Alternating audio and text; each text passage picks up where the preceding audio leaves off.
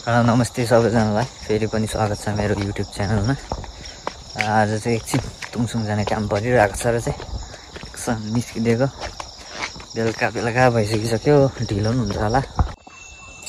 हामीले चाहिँ तुङसुङ आइपुगेर हाम्रो काम पनि भयो हो। एकछिन काम आउने कुरा थियो। अनि चाहिँ यसो आउँदा चाहिँ किन यो गुम्बाहरू पनि छुट्याउनु भनेर चाहिँ हल्का नजारा सब फुलहरू नभएछ चाहिँ यो चाहिँ तुङसुङ गुम्बा है। तुङसुङ गुम्बा दामी छ। रात परिहाल्यो नि त्यस्तो दामी भयो। ढाली यो चाहिँ एकपल्ट घुमाउँदा चाहिँ 900 वटा बाघ काटिन्छ अरे।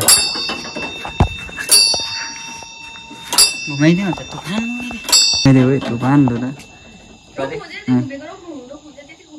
900 वटा 900 वटा बाघ चाहिँ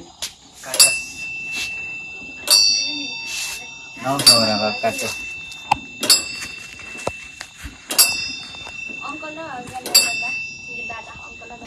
हामी भित्र पनि पस्दैछौँ। भित्र चाहिँ यस्तो रहेछ, दामी छ, दामी।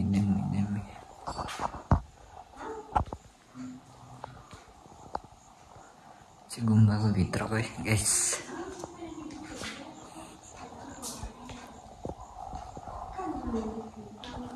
सबै कुरो बुझे कि नै दामी रहेछ। आजै पसेको, आजै आएको म चाहिँ।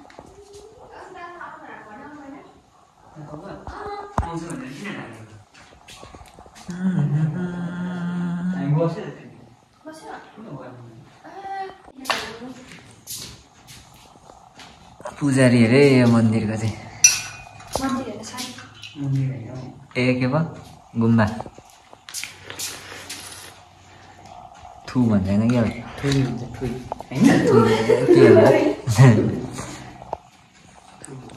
वेन बजाउ न डङ डङ डङ डङ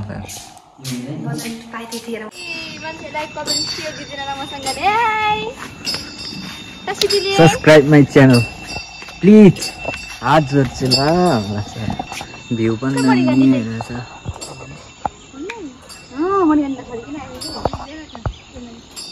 हामी त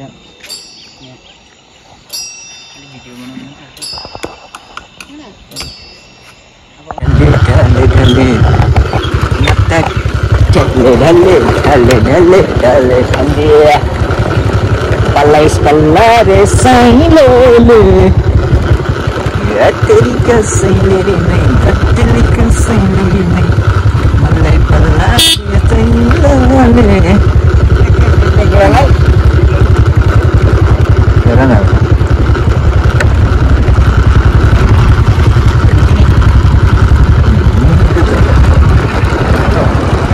अलिक राम्रो देखाउ न भ्यू।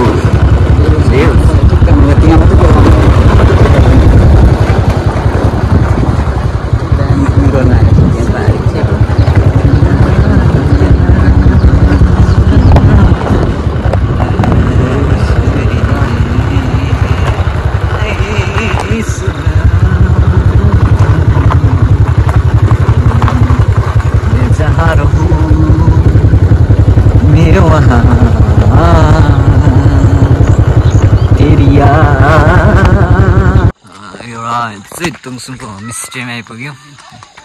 म्याम पनि यस्तो रहेछ। म यहाँ नि फर्स्ट टाइम आएको नि। यहाँ आएको थियो सेकेन्ड टाइम भयो। किन आएको मन्दिर आउँदाखेरि चाहिँ निस्केको थियो। यस्तो रहेछ होमस्टे चाहिँ। यो चाहिँ तुङसुङको होमस्टे प्लस यस्तो रहेछ। दामी लाग्यो। भुटान चाहिँ दामी देख्दो रहेछ अब। हाम्रोबाट जस्तो देख्दैन भने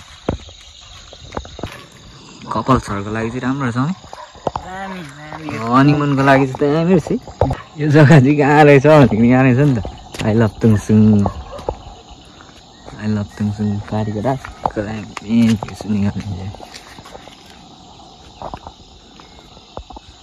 दामी थियो नि।